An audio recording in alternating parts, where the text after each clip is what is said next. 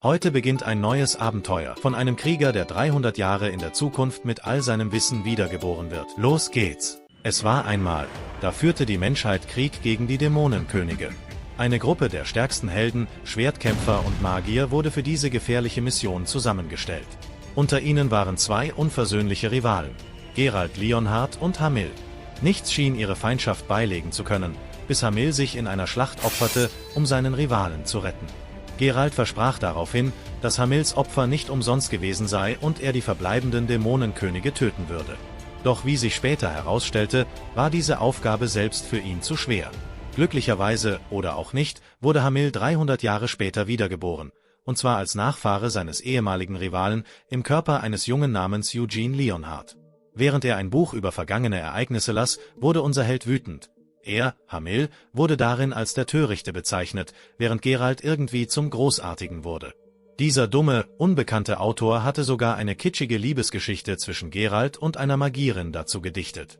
Wenn er nur wusste, wer das Buch geschrieben hatte, er würde ihn sofort zur Rede stellen. Er fragte sich, warum andere mit Titeln wie der Weise oder der Große geehrt wurden, während er als der Törichte galt. Vielleicht hatte das Buch jemand geschrieben, den er vor 300 Jahren besiegt hatte? Doch keiner seiner alten Gefährten schien dafür verantwortlich zu sein, und niemand hätte je geahnt, dass Hamil mit all seinen Erinnerungen wiedergeboren werden würde. Hamil war vor 300 Jahren während der Mission gegen die Dämonenkönige gestorben, nur um als Nachfahre von Geralt wiedergeboren zu werden, als Eugene Leonhard, ein 13-jähriger Junge mit der Denkweise eines antiken Kriegers. Während Eugene über Geralts Leben nachdachte, fand er es merkwürdig, dass dieser legendäre Krieger, der sich früher nie für Frauen interessierte, am Ende einen Harem besessen hatte, abgesehen von seiner ersten Frau. Vielleicht kam das mit dem Alter, dachte Eugene. Immerhin hat jeder Bedürfnisse. Aber nur die Kinder von Geralts erster Frau galten als direkte Nachfahren. Familien wie die von Eugene, obwohl sie ebenfalls den Namen Leonhard trugen, wurden lediglich als entfernte Verwandte angesehen. Dieser Status brachte Einschränkungen mit sich. So war es ihnen verboten, Mana zu trainieren oder echte Schwerter zu benutzen, bevor sie das Blutritual durchlaufen hatten. Eugene jedoch trainierte seit 13 Jahren mit einem Holzschwert, und nun war es an der Zeit, das zu ändern. Beim Training stürmte er nach vorne und zerschmetterte die Übungspuppe mit schnellen, kraftvollen Hieben. Sein Vater beobachtete das Geschehen, eine Mischung aus Angst und Staunen in seinem Blick. Es war nicht das erste Mal, dass Eugene die Puppe auf diese Weise zerstörte. Auch fiel ihm auf, wie muskulös Eugene für einen 13-Jährigen war, definitiv nicht natürlich gewachsen. Das alles machte ihm Angst. Denn obwohl Eugene sein Sohn war, verhielt er sich oft nicht wie ein Kind. In seinen Augen lag keine Spur von kindlicher Unschuld, stattdessen strahlten sie eine Reife und Ernsthaftigkeit aus, die weit über sein Alter hinausging. Trotz des frühen Verlusts seiner Mutter hatte Eugene nie Sehnsucht nach ihr gezeigt. Stattdessen starrte er mit einem zornigen Blick auf die zerbrochene Puppe und dachte sich, dass der Schmied des Dorfes bestraft werden sollte für die Herstellung solch minderwertiger Ausrüstung. Sein Vater räusperte sich, bevor er sagte, dass er dem Schmied eine Warnung geben würde. Dann teilte er Eugene mit, dass das Blutritual am nächsten Tag stattfinden würde. Eugene konnte nicht anders, als zu denken, wie lächerlich diese Tradition war. Das sogenannte Leonhard-Ritual, das alle 10 Jahre stattfand, war in seinen Augen eine Farce. Alle Kinder zwischen 10 und 15 Jahren, egal ob direkte oder entfernte Verwandte, mussten sich im Hauptanwesen der Familie versammeln, um am Ritual teilzunehmen. Dabei handelte es sich um einen Wettkampf, um herauszufinden, wer des Namens Leonhard würdig war. Doch die Hauptfamilie hatte einen klaren Vorteil: Sie dürften von klein auf mit echtem Mana und echten Waffen trainieren. Die Seitenzweige der Familie hingegen wurden klein gehalten. Eugenes Vater betrachtete die zerstörte Puppe nachdenklich. Es war offensichtlich, dass er in Eugene ein so außergewöhnliches Talent sah, dass er kaum glauben konnte, dass dieser Junge sein eigener Sohn war. Er wünschte sich, Eugene wäre in die Hauptfamilie hineingeboren worden oder wenigstens etwas weniger talentiert, um ihm all diesen Druck zu ersparen. Eugene bemerkte die Stimmung seines Vaters und fragte, was ihn beschäftigte. Doch dieser winkte nur ab. Eugene seufzte. Er vermutete, dass sein Vater sich selbst Vorwürfe machte, kein besserer Vater gewesen zu sein. Plötzlich packte sein Vater ihn an den Schultern und warnte ihn eindringlich, er dürfe niemals gegen die Kinder der Hauptfamilie antreten. Selbst mit seinem Können hätte Eugene keine Aussicht gegen jene, die seit Jahren mit Mana und Schwertern trainierten. Eugene lächelte schwach und versprach es. Doch es war gelogen. Er wusste, der Wettkampf würde ein Kinderspiel. Die meisten Gegner waren ihm nicht gewachsen, Viele waren im Grunde halb so stark wie er. Als er eine weitere Puppe erblickte, ging er darauf zu, seine Gedanken beim bevorstehenden Ritual. 3 Teilnehmer stammten aus der Hauptfamilie, 6 aus den Seitenzweigen. Einer der Hauptfamilienkinder war der Sohn der Erstfrau. Die anderen beiden, Zwillinge, waren Kinder einer Mätresse. Von den Seitenzweigen galten nur 2 als wirklich stark. Der Rest? Außenseiter. Eugene hob sein Schwert und zerschlug die Puppe mit einem einzigen Hieb. Er konnte es kaum erwarten zu sehen, wie sich die Nachkommen von Geralt schlagen würden. Am nächsten Tag, als das Ritual näher rückte, saß Eugene im Wagen, voller Vorfreude auf das, was kommen würde. In seinem früheren Leben hatte er sich selbst für ein Wunderkind gehalten. Lernen fiel ihm leicht, und er überholte seine Kameraden in allem. Trotzdem fand Geralt immer etwas zu kritisieren, sagte, mit mehr Einsatz könnte er viel stärker sein. Eugene hatte damals dagegen gehalten, sagte, er gäbe bereits sein Bestes. Doch die Wahrheit war, nicht jeder war mit einem solchen Genie gesegnet wie Geralt. Die eigentliche Herausforderung waren nicht seine eigenen Grenzen, sondern jene um ihn herum, besonders jene, die sowohl im Schwert als auch in der Magie meisterhaft waren. Geralt war eine Legende für sich. Doch es gab jemanden, der sogar noch über ihm stand. Geralt der Erste, der Gott des Kampfes. Er war einst ein Herzog im Kaiserreich Kail, zog sich später zurück und wurde bis zu seinem Tod als größter Krieger gefeiert.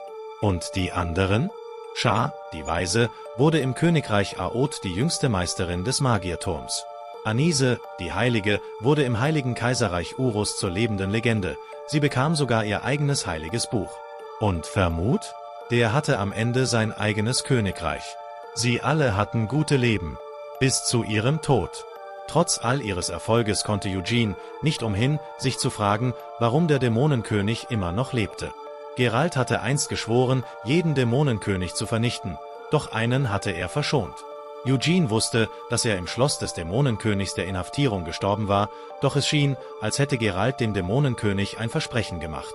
Als Ergebnis dessen endete der Krieg mit den Dämonenkönigen nach Geralts Tod und brachte eine Ära des Friedens, die nun schon 300 Jahre anhielt. Während Eugene über diese Gedanken nachdachte, bemerkte Sir Gordon, der Mann, der neben ihm im Wagen saß, dass Eugene wohl nervös sei.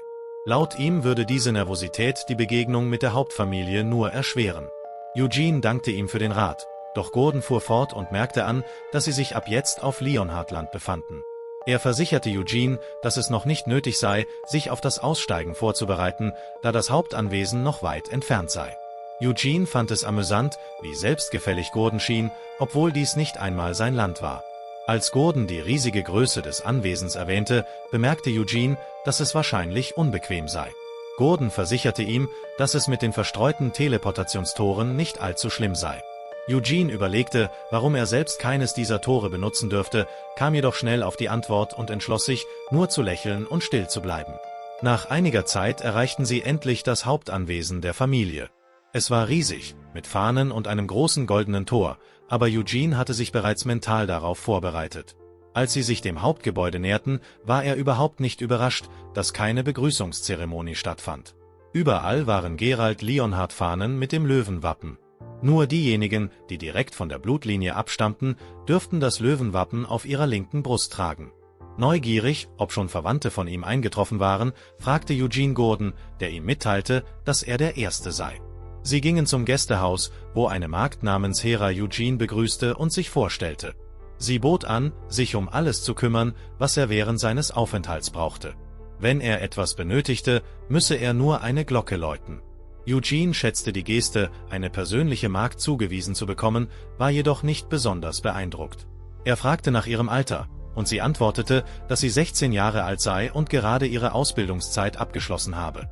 Eugene grinste und dachte bei sich, dass derjenige, der ihm eine unerfahrene Magd zugewiesen hatte, offensichtlich versuchte, Ärger zu machen. Er stellte sich vor, ihr für jeden Fehler eine Lektion zu erteilen, obwohl er wusste, dass es nicht einmal der Mühe wert war, sich mit der Person auseinanderzusetzen, die die Situation inszeniert hatte. Es fühlte sich an, als sei dies ein absichtlicher Versuch, ihn zu belästigen. Als Eugene fragte, wann die anderen eintreffen würden, sagte Hera, dass sie spätestens in den nächsten 4 Tagen eintreffen sollten. Er stand auf und bat sie, ihn zu den Trainingsplätzen zu führen. Hera war ein wenig überrascht, stimmte jedoch zu, ihn zu begleiten. Draußen, vor dem Hauptgebäude, tuschelten 2 Kinder der Hauptfamilie über Eugene und spotteten über ihn, weil er aus einer kleinen ländlichen Stadt im Westen stamme und wahrscheinlich mit Heugabeln statt mit Schwertern trainiere. Einer der Jungen kommentierte, dass seine Kutsche wahrscheinlich nach Kuhmist stinke und dass Eugene, auch wenn er ein Verwandter sei, dennoch für eventuelle Schäden am Anwesen der Hauptfamilie verantwortlich gemacht würde. Das Mädchen stimmte aufgeregt zu und sagte, dass er absolut recht habe und schlug vor, Eugene zurechtzuweisen. Der Junge grinste und behauptete, sie würden ihm nur eine Warnung geben, und forderte das Mädchen, Celine, auf, ihm zu folgen. Ein anderes Kind aus der Hauptfamilie, das sie gerade aus dem Fenster beobachtete, bemerkte sie in diesem Moment. Celine, die den Jungen bereits bemerkt hatte, traf seinen Blick mit einer eindringlichen Miene. Ihr intensiver Blick ließ den Jungen instinktiv zurückweichen, was sie grinsen ließ, als sie ihren Weg fortsetzten. Auf dem Trainingsplatz übte Eugene mit einem Holzspeer und Bandagen um seine Handgelenke. Auch wenn er das Training in seinem früheren Leben nie vernachlässigt hatte, trainierte Eugene seinen Körper seit seiner Wiedergeburt besonders intensiv. Doch es gab eine Sache: Egal, wie sehr er seinen Körper anstrengte, er fühlte sich nie müde oder krank und die meisten seiner Verletzungen heilten erstaunlich schnell. Während er den Speer mit unglaublicher Geschwindigkeit schwang, wunderte er sich über seine Kräfte, die nach seiner Wiedergeburt weit über das Vorstellbare hinauszugehen schienen. Während er mit beeindruckender Geschwindigkeit trainierte, beobachtete Hera ihn erstaunt. Sie war schockiert, dass Eugene selbst mit Sandsäcken an seinen Handgelenken sich so schnell bewegte. Die Hauptfamilienduos kamen ebenfalls dort an, und als sie Eugene beim Üben sahen, fragten sie Hera, was das für eine Übung sei. Hera wurde nervös, als sie beide sah, und fragte, warum sie hierher gekommen seien. Cain, der Junge der Hauptfamilie, fragte sie statt einer Antwort erneut nach Eugene. Eugene hielt mitten im Training inne und rief ihm zu, dass er offensichtlich trainiere, und nannte sie Idioten. Er drehte sich wieder zu seinem Training, während Celine, die das hörte, Cain dafür verspotete. Cain wurde wütend und verlangte eine Entschuldigung von Eugene. Zu seiner Überraschung entschuldigt sich Eugene, anstatt zurückzuschreien, doch Cain brüllt ihn noch mehr an, da ihm die Entschuldigung nicht amüsant erscheint, und verlangt, dass Eugene sich vor ihm verneigt. Eugene weigert sich und erklärt, dass er sich nicht vor jemandem verneigen könne, der jünger ist als er. Daraufhin schnappt Cain zurück und behauptet, nur weil Eugene den Nachnamen Leonhard trage, heiße das noch lange nicht, dass sie gleichwertig seien. Während die Auseinandersetzung eskaliert, erinnert Celine Cain an die Kutschensituation. Daraufhin befiehlt Cain wütend, dass Eugene die Kutsche reinigen solle, in der er angekommen sei, da der Sitz sicher von seinem Körpergeruch stinke. Eugene, genervt von diesem Kommentar, sagt, dass Hera die Kutsche stattdessen reinigen solle, da sie seine persönliche Magd sei. Als Hera das hört, wird sie nervös und fühlt sich zwischen den beiden gefangen. Cain hingegen wird noch wütender und besteht darauf, dass es ein Befehl war, den Eugene befolgen müsse. Mit der Hand auf seinem Wappen ruft er, dass Eugene einen Befehl von einem Leonhard missachtet habe. Eugene winkt spöttisch und stellt sich als ebenfalls Leonhard vor. Er schlägt scherzhaft vor, sie sollten Freunde werden, worauf Celine aufgeregt zurückwinkt und sich vorstellt. Cain jedoch lehnt es ab, mit jemandem wie Eugene befreundet zu sein, und wird noch wütender, als er ignoriert wird. Als er ein Holzschwert in der Nähe sieht, greift Cain schnell zu, entschlossen, Eugene eine Lektion zu erteilen. Damit fordert er Eugene zu einem Duell heraus. Ein schadenfrohes Grinsen breitet sich auf Eugenes Gesicht aus, als ob er darauf gewartet hätte, dass Cain ihn herausfordert. Besorgt um Cains Sicherheit warnt Eugene ihn vor den Gefahren, jemanden leichtfertig zu einem Duell herauszufordern, und sagt ihm, er solle ihn in Ruhe lassen. Doch Cain, unbeeindruckt, fragt, ob Eugene Angst vor ihm habe. Dies reizt Eugene, besonders als Cain weiterhin spottet und vorschlägt, dass Eugene sich einfach verneigen solle, wenn er Angst habe, zu kämpfen. Eugene stellt klar, dass er nicht duellieren wolle und Cain auch keine Entschuldigung schulde. Cains Wut wächst und er schreit Eugene an, dass seine Eltern ihm niemals Ehre beigebracht hätten. Die Beleidigung trifft Eugene ins Mark und er löst in aller Stille seine Sandsäcke. Als die Sandsäcke zu Boden fallen, ist Cain schockiert, während Eugene sich kurz dehnt, bevor er Cain herausfordernd in die Augen sieht und ihn auffordert, sein Taschentuch zu werfen. Mit einer schnellen Bewegung wirft Eugene seine Jacke auf den Boden, deren Aufprall schwer und hallend zu hören ist. Cain ist erstaunt, als er erkennt, dass Eugene mit all diesem Gewicht trainiert hatte, etwas, das er zuvor für Show gehalten hatte. Bedauern überkommt Cain, als er die Schwere seiner Herausforderung erkennt. Doch da Celine zuschaut, weiß er, dass er nicht zurückweichen kann, ohne sich ihr für den Rest seines Lebens lächerlich zu machen. Mit all seiner Entschlossenheit zieht Cain das Taschentuch hervor, entschlossen, seine Ehre zurückzuerlangen, und ruft Eugene heraus, um ihn offiziell herauszufordern. Eugene nimmt seinen Speer und akzeptiert die Herausforderung. In einem Wimpernschlag schlägt Eugene Kain in die Brust, sodass er keine Zeit hat, zu reagieren. Die Wucht des Schlages wirft Kain zu Boden, und Eugene erklärt selbstbewusst seinen Sieg. Selene stürmt zu Kain, besorgt, als er sich vor Schmerz übergibt. Sie dreht sich zu Eugene und beschuldigt ihn, ein Feigling zu sein, da das Duell nicht ehrenhaft gewesen sei. Eugene widerspricht jedoch ruhig und erklärt, dass das Duell begonnen habe, sobald Kain das Taschentuch geworfen habe, was es Kains Schuld sei, dass er seine Wache gesenkt habe. Selene stimmt widerwillig seinem Argument zu, wirft ihm jedoch vor, mit Mana trainiert zu haben, was ihm einen unfairen Vorteil verschafft habe. Eugene bestreitet diese Anschuldigung und erklärt, dass er kein Mana verwenden könne, weil er ein entfernter Verwandter sei und dafür ein Blutritual nötig wäre. Selene ist jedoch nicht überzeugt und weist auf sein Training mit den Gewichten und seine unglaublich schnellen Angriffe hin, die es Kain unmöglich machten, zu reagieren. Eugene grinst spöttisch und schlägt vor, dass Selenes schöne Augen vielleicht mehr bemerkt haben, als sie realisiert. Dann lobt er Kain spöttisch, dass Kain instinktiv zurückgewichen sei, um den Schaden zu mindern, als Eugene ihn angegriffen habe, was beeindruckend für jemanden ohne Erfahrung sei. Eugene erwähnt, dass Kain Potenzial habe, aber noch lange nicht das Niveau eines wahren Nachfahren des Leonhart-Clans erreicht habe. Während Eugene darüber nachdenkt, schafft es Kain, sich mit zitternden Beinen zu erheben und nennt Eugene wütend einen Feigling, weil er so schnell angegriffen habe. Eugene scherzt, dass sowohl Kain als auch seine Schwester ihn Feigling nennen, was beweist, dass sie Zwillinge sein müssten. Dann geht er auf Kain zu und schlägt vor, er solle seine Niederlage eingestehen, wenn er sich wirklich als direkten Nachfahren sehe. Kain dreht enttäuscht den Kopf, während Eugene beginnt zu überlegen, dass er vielleicht hätte zurückhaltender sein sollen, da ihm bewusst wird, dass das Besiegen eines Familienmitglieds der Hauptlinie ihn in ernste Schwierigkeiten bringen könnte. Während Eugene darüber nachdenkt, betritt ein wütender Mann das Trainingsgelände und ruft nach Kain. Er sieht nicht wie ein Leonhart aus, da er kein Emblem trägt, und Eugene vermutet, dass er ein erfahrener Ritter ist, der von der Hauptfamilie angeheuert wurde.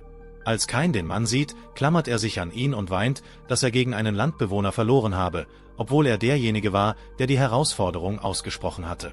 Nachdem der Mann vom Duell hört, wird er besorgt und bemerkt Eugene.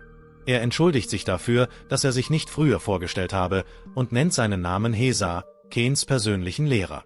Eugene stellt sich ebenfalls vor und erwähnt, dass er von Gydols Region sei, worauf Hesa vermutet, dass er von der Familie Leonhart stammt. Eugene bestätigt dies, und daraufhin fragt Hesa, was passiert sei. Eugene erklärt, dass Kain den Streit begonnen habe und sogar seinen Vater als ehrlos beschimpft habe. Laut Eugene war das Grund genug, die Herausforderung anzunehmen. Trotz seiner Besorgnis stimmt Hesa Eugenes Einschätzung zu und dreht sich dann zu Kain, um ihm vorzuschlagen, sich zuerst um seine Verletzungen zu kümmern, während sie gehen. Selene winkt aufgeregt, in der Hoffnung, Eugene wiederzusehen. Nachdem Eugene zum Mittagessen gegangen ist und sich mit etwas Chicken stärkt, kommt Hera mit den Informationen, die er angefordert hat. Sie teilt ihm mit, wer nach ihm eintreffen wird. Als Eugene die Namen hört, wird ihm klar, dass die Blutbestätigung, die er erwartet hatte, bald beginnen könnte. Eugens Ziel bleibt klar, er will die Nachkommen der Leonharts in den Ruin treiben. Obwohl es etwas viel erscheint, hat er keine andere Wahl. Es ist der einzige Weg, wie er deren direkter Nachfahre im Anwesen werden kann. Hazar führt Kain seiner Mutter Anaila vor, der zweiten Frau von Geralt Leonhart. Anaila ist wütend, dass ihr Sohn gegen einen entfernten Verwandten verloren hat. Hazar bestätigt dies und wirkt ein wenig besorgt um Kain. Anaila ruft Kain in einem ruhigen Ton, doch als er näher kommt, sticht sie ihm mit einem Stock heftig in die Seite. Sie fragt, ob es wahr ist, dass er durch einen Schlag verloren hat, und dreht sich dann zu Hazar, um zu fragen, ob sein Gegner jemals mit Mana trainiert hat. Hazar bestreitet dies und enthüllt Eugens Identität, dabei behauptet er, dass Eugene kein Mana in seinem Körper hat. Anaila ruft dann nach Selene und fragt sie, was passiert ist. Selene erklärt alles und erwähnt, wie unglaublich schnell Eugene war und dass Kain, obwohl er den Kampf begonnen hatte, keine Chance hatte zu reagieren. Als Anaila dies hört, schlägt sie Kain in Wut. Sie ist wütend, dass er einen entfernten Verwandten herausgefordert und gegen jemanden verloren hat, den sie für minderwertigen Abschaum hält. Sie ist außer sich, weil Kains Vater bald zur Blutbestätigung zurückkehren wird und davon erfahren wird, jeder wird sich über sie lustig machen. Kain entschuldigt sich mit Tränen in den Augen, doch seine Mutter, immer noch wütend, ruft nach Hazar und rügt ihn für sein Training. Dann befiehlt sie ihm, Kain so umzuerziehen, dass er sich nicht wieder blamieren wird. Daraufhin nimmt Hasar kein mit, und als sie gehen, öffnet Anaila ihren Fächer und befiehlt Celine, sich Eugene zu nähern. Celine fragt verwirrt, warum, und ihre Mutter erklärt, dass sie Eugene zwar hasst, weil er ihren Bruder besiegt hat, aber sie ihn trotzdem töten will. Allerdings würde das Misstrauen aufwerfen, und der Wächter des Familienkodex würde geschickt werden, was sie um jeden Preis vermeiden muss. Daher möchte sie vorerst, dass Celine sich mit Eugene anfreundet. Celine ist aufgeregt, dies zu hören, da sie ohnehin näher an ihn herankommen wollte. Als sie dies hört, schmunzelt Anaila und verbirgt einen finsteren Plan. Am nächsten Tag kommen 3 entfernte Verwandte Dikong, Hansen und Jules im Anwesen an. Hera informiert Eugene, der immer noch mit schweren Sandsäcken trainiert. Eugene denkt, dass sie früher angekommen sind als erwartet, doch Hera, nervös, erklärt, dass auch der Hausherr von Leonhard da ist. Als Eugene das hört, vertieft er sich in Gedanken, während Hera, verwirrt, vorschlägt, er solle den Hausherrn begrüßen, aber zuerst seine Kleidung wechseln. Eugene jedoch entscheidet, dass das Umziehen ihn nur aufhalten würde, und wählt es, während er noch vom Schweiß durchnässt ist, hinauszugehen. Draußen versammeln sich alle für den großen Auftritt des Hausherrn. Eugene bemerkt Anaila, die zweite Frau, und dann Theonis, die rechtmäßige Frau des Hausherrn, die neben ihr steht.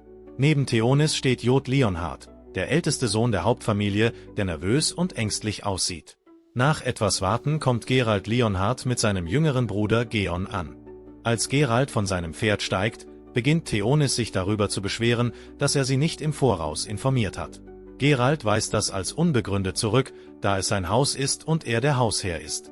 Dann bemerkt er Jod und fragt fröhlich nach seinen Kampffähigkeiten. Jod antwortet nervös, dass er sein Bestes gibt, was Geralt nicht gerade amüsiert.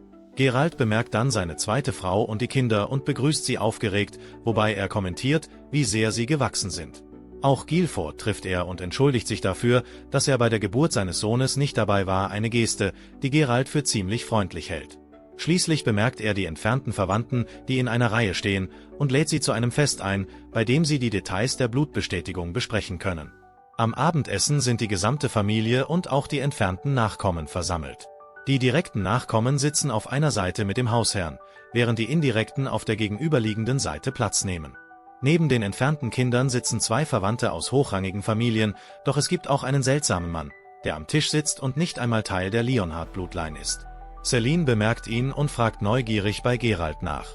Gerade als er es erklären will, steht der Mann auf und stellt sich aufgeregt als Reven von dem roten Magierturm vor. Als alle seinen Namen hören, sind sie erschrocken, besonders Jod, der direkt neben ihm sitzt. Eugene verschluckt sich ebenfalls erschrocken an seinem Tee und beginnt zu husten. Als Reven dies sieht, wird er besorgt, doch Eugene versichert ihm schnell, dass alles in Ordnung ist. Eugene ist fassungslos, weil Reven, da er vom roten Magierturm kommt, möglicherweise Siennas Lehrling sein könnte. Sienna seine Kameradin aus seinem Vorleben, die jüngste Person in der Geschichte von Aro, die Gründerin der Türme. Sie hat sogar das offizielle Zaubergrundbuch von Aro umgeschrieben und gibt bis heute allen Magiertürmen, einschließlich der Meister, Ratschläge und unterrichtet in Magie. Eugene hätte nie gedacht, jemanden zu treffen, der mit seinen alten Kameraden verbunden ist. Er nutzt die Gelegenheit, um sich bei Geralt vorzustellen. Doch Geralt weiß bereits, dass Eugene derjenige ist, den sein Sohn beleidigt hat. Eugene bestätigt es, versichert jedoch, dass er keinen Groll hegt. Geralt fragt dann, ob Eugene das nur gesagt hat, weil er das Duell gewonnen hat. Eugene antwortet mit Entschlossenheit, dass er das Gleiche gesagt hätte, auch wenn er verloren hätte, denn wenn er seine Ehre nicht verteidigen könnte, sollte er die Schande ertragen. Diese Antwort beeindruckt Geralt, der dann seinen Sohn anspricht, der dort verlegen sitzt. Er sagt ihm, dass, obwohl er das Duell verloren hat, das Tragen des Leonhard-Namens und das Beleidigen von deren Eltern bedeuten, dass er sich entschuldigen sollte. Zurückhaltend entschuldigt sich Kain bei Eugene, obwohl es offensichtlich ist, dass er die Worte herauspresst. Geralt fragt Eugene dann nach seinem Vater, und Eugene erzählt, dass sie tief auf dem Land leben. Geralt wird neugierig darauf, wer Eugene das Kämpfen beigebracht hat, und Eugene gibt zu, dass er alles selbst gelernt hat. Dies schockiert die wohlhabenden entfernten Verwandten, die erstaunt sind, dass er Kain besiegt hat, ohne einen Tutor zu haben. Unterdessen ist Geralt gespannt auf die bevorstehende Blutbestätigung und findet alles sehr interessant. Nach einer Weile bringen die Dienstmädchen das Festmahl, das Hummer, Fleischbällchen und alles Luxusgedeckte umfasst. Als die Teller auf den Tisch gestellt werden, wünscht der Patriarch allen guten Appetit. Das Mahl verläuft reibungslos, Und nachdem alle fertig sind, erklärt Geralt den Grund, warum er alle versammelt hat, nämlich um die Details der Blutbestätigung zu besprechen. Als der Raum still wird, offenbart Geralt, dass er zwar das Familienoberhaupt ist, aber die Blutbestätigung eine sehr voreingenommene Tradition ist. Er erklärt, dass diese Tradition ausschließlich zum Vorteil der Hauptfamilie geschaffen wurde, mit Einschränkungen für die entfernten Verwandten. Diese Einschränkungen machen es nahezu unmöglich, dass sie die Hauptfamilie während der Veranstaltung besiegen. Für diese besondere Veranstaltung hat Geralt nicht nur seine 3 Kinder mitgebracht, sondern auch andere Personen, die den Leonhard-Namen tragen, um diese zu testen. Er fährt fort und sagt, dass der Zweck der Veranstaltung darin besteht, zu bestimmen, wer der wahre Nachfahre von Leonhard ist. Trotz seiner Position als Familienoberhaupt scheint er wirklich jemand zu sein, dem die Angelegenheit am Herzen liegt. Dann zeigt er auf Reven und erklärt, dass er für diese Veranstaltung jemanden von außerhalb mitgebracht hat. Aufgeregt steht Reven auf und öffnet eine magische Labyrinthkarte auf dem Tisch.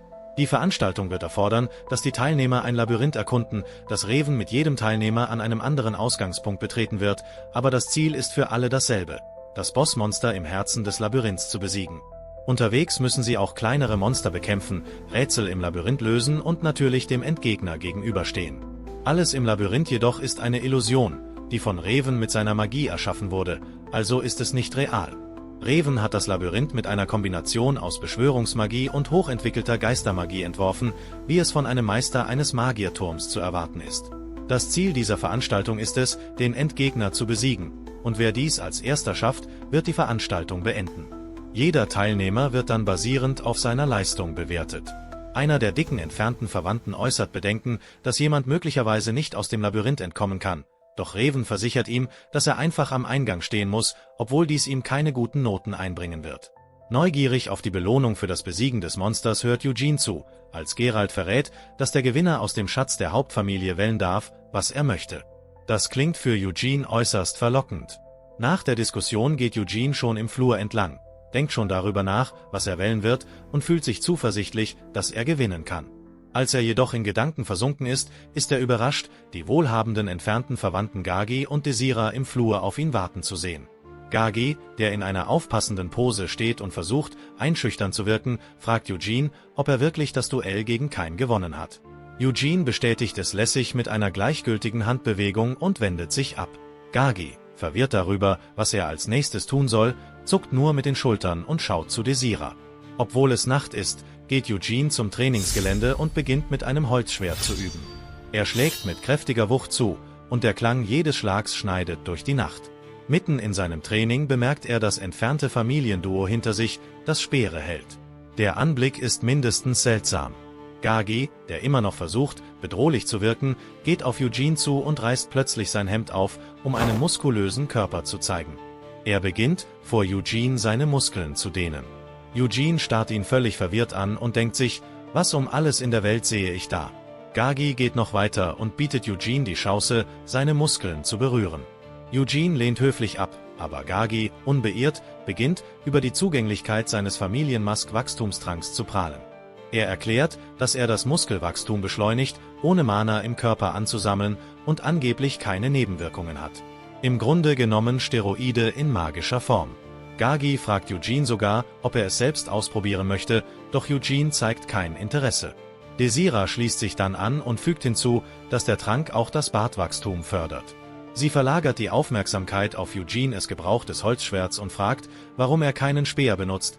Sie wirft Eugene einen Speer zu und fordert ihn zu einem Sparring-Match heraus, wobei sie erklärt, dass sie auf Speere spezialisiert ist. Neugierig darauf, die Stärke eines hochrangigen entfernten Verwandten zu testen, akzeptiert Eugene die Herausforderung. Währenddessen erklärt Gagi lautstark, dass er der Schiedsrichter des Kampfes ist. Beim Anblick von ihm kann Eugene nicht anders, als an sein früheres Leben erinnert zu werden, was den flüchtigen Gedanken aufwirft, ob Gagi vielleicht einer der Nachkommen sein könnte. Gagi kündigt schließlich den Beginn des Kampfes an. Als der Wettkampf beginnt, tritt Desira entschlossen vor, um Eugene zu beweisen, dass das Führen eines Speers kein Kinderspiel ist. Sie stürmt sofort auf ihn zu, hält jedoch mitten im Angriff an, als sie seine makellose Haltung bemerkt, die keine offensichtlichen Schwachstellen aufweist. Eugene schmunzelt und reizt sie, ihn anzugreifen. Die Provokation trifft einen Nerv, und Desira stürzt sich mit voller Kraft auf ihn, doch ihr Angriff wird mühelos abgewehrt. Unbeeindruckt setzt sie mit einer schnellen Reihe von Schlägen nach, jeder schneller als der letzte. Doch Eugene blockt jeden einzelnen Angriff mit Leichtigkeit, ohne ins Schwitzen zu geraten. Während der Auseinandersetzung erkennt Eugene still, dass Desera zwar geschickt ist, sogar beeindruckend, aber immer noch weit davon entfernt, eine wirkliche Bedrohung für ihn zu sein. Nachdem er einen weiteren Schlag abgewehrt hat, weist Eugene spöttisch darauf hin, dass sie nicht einmal einen einzigen Treffer landen konnte. Er hat sich keinen Zentimeter von seiner Position bewegt. Doch Desera glaubt, dass seine Bewegungsunfähigkeit seine Schwäche sein könnte. Entschlossen, dies auszunutzen, startet sie einen weiteren Angriff, entfesselt eine Reihe von Angriffen, bevor sie plötzlich zur Seite springt, überzeugt davon, dass dieser Winkel Eugene unvorbereitet erwischen würde. Sie stürzt sich mit aller Kraft auf ihn, doch zu ihrer völligen Überraschung tritt Eugene ruhig auf ihren Speer mitten im Angriff und stoppt ihn vollständig. Jetzt völlig offen, friert Desera ein, als Eugene ruhig die Spitze seines Speeres vor ihr Gesicht setzt und den Sieg beansprucht. Nach dem Sparring geht Eugene schlafen, doch Gagi kommt bald und bietet ihm die Möglichkeit, sich mit ihnen zusammenzuschließen. Eugene ist wütend, dass Gagi ihn nur geweckt hat, um ihm das zu sagen, und fragt, wie sie zusammenarbeiten sollen, wenn sie alle an verschiedenen Startpunkten in das Labyrinth eintreten. Laut Gagi ist es trotz der verschiedenen Ausgangspunkte für alle das gleiche Ziel, und er plant, mit seiner Schwester zusammenzuarbeiten. Er schlägt vor, dass sie sich alle im Zentrum des Labyrinths treffen, um gemeinsam gegen das Hauptmonster zu kämpfen. Doch Eugene, überzeugt von seinen Fähigkeiten, besteht darauf, dass er es alleine schaffen kann. Desera, die das Gespräch mitgehört hat, stimmt ihrem Bruder zu. Sie möchte auch, dass Eugene sich ihnen anschließt und erkennt seine beeindruckende Stärke. Eugene wird jedoch neugierig, warum sie so entschlossen sind zu gewinnen. Desera erklärt, dass in der Geschichte des Ereignisses noch kein entfernter Verwandter gewonnen hat und sie nun eine echte Möglichkeit sehen, das zu ändern. Sie fragt ihn, ob Eugene denselben Ehrgeiz teilt, und an seinem Gesichtsausdruck ist eindeutig zu erkennen, dass er das tut. Unterdessen steht Anayla im Herrenhaus am Fenster und blickt hinaus. Ihre Gedanken verweilen bei Reven, der sich fragt, ob er hier ist, um Jod als seinen Schüler zu nehmen. Schon in jungen Jahren hatte Jod mehr Interesse daran gezeigt, Bücher zu lesen, als sich mit dem Kampf zu beschäftigen. Seine Neugier auf Magie hatte ihn dazu gebracht, zahlreiche Zauber zu lernen, was ihn von anderen in seiner Familie unterschied. Anayla fragt sich, ob Reven Jod mitnimmt, könnte dies eine Gelegenheit für Kain und Celine bieten, ihre Fähigkeiten weiter zu verbessern und ihre Chancen zu erhöhen, das Erbe als Kopf der Familie Leonard zu sichern. Ihre unmittelbare Sorge gilt jedoch der bevorstehenden Blutbestätigung. Wenn ihre Kinder in diesem Ereignis verlieren, würden sie für den Rest ihres Lebens als illegitim gelten, ein Schicksal, das sie nicht zulassen kann. Jetzt mehr denn je wünscht sie sich, dass Eugene das Labyrinth-Ereignis gewinnt. Wenn er siegreich hervorgeht, würde dies die frühere Niederlage ihres Sohnes Kain überschattet und den Ruf ihrer Familie schützen. 3 Tage später beginnt schließlich die Blutbestätigung. Alle versammeln sich am Eingang der Höhle, während Reven ein Portal in ihr kanalisiert. Er konzentriert Mana in seinen Händen und sendet es an alle Teilnehmer. Dann weist er sie an, aus dem magischen Licht, das er ihnen gibt, jedes gewünschte Werkzeug zu formen, indem sie es sich einfach vorstellen.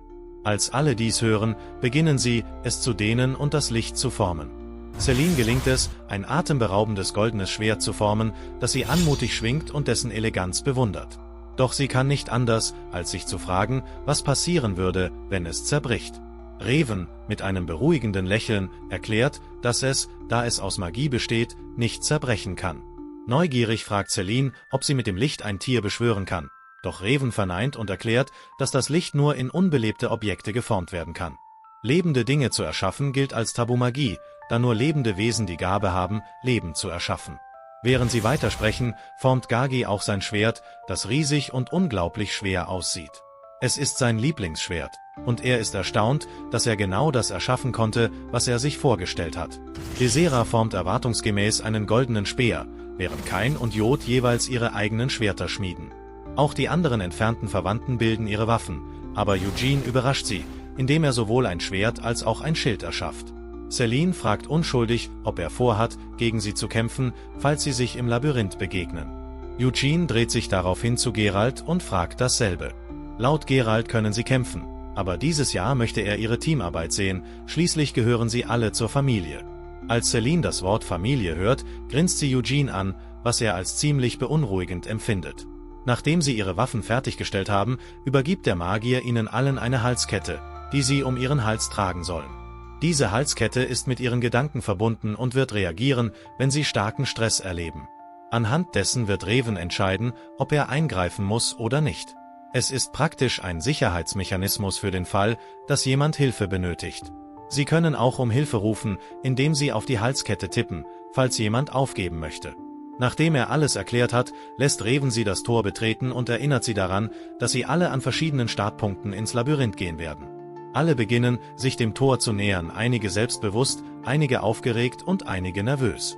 Als Eugene kurz davor ist, einzutreten, wünscht Celine ihm viel Glück und er erwidert den Wunsch. Beim Betreten schaut Eugene sich um. Er ist überzeugt, dass er das Labyrinth leicht bewältigen wird, da er in seinem früheren Leben unzählige Labyrinthe erkundet hat. Als er darüber nachdenkt, bemerkt Eugene die engen Wände und die Decke des Labyrinths und erkennt, dass lange Waffen dort schwer zu benutzen sein werden. Er fühlt sich beruhigt, die richtige Wahl getroffen zu haben, indem er ein kleines Schwert und ein Schild gewählt hat, und ist zuversichtlich, dass er das Labyrinth problemlos durchqueren kann, da es anscheinend für Kinder gemacht zu sein scheint. Er betritt den Raum mit Entschlossenheit, während alle anderen sich umsehen und dabei auf Monster stoßen. Der erste Kandidat ist ein indirekter Nachfahre. Er kämpft gegen Schleime, wird jedoch von ihnen überwältigt und in Panik bittet er um Hilfe. Als Raven den Ruf hört, teleportiert er sich sofort und erledigt die Schleime.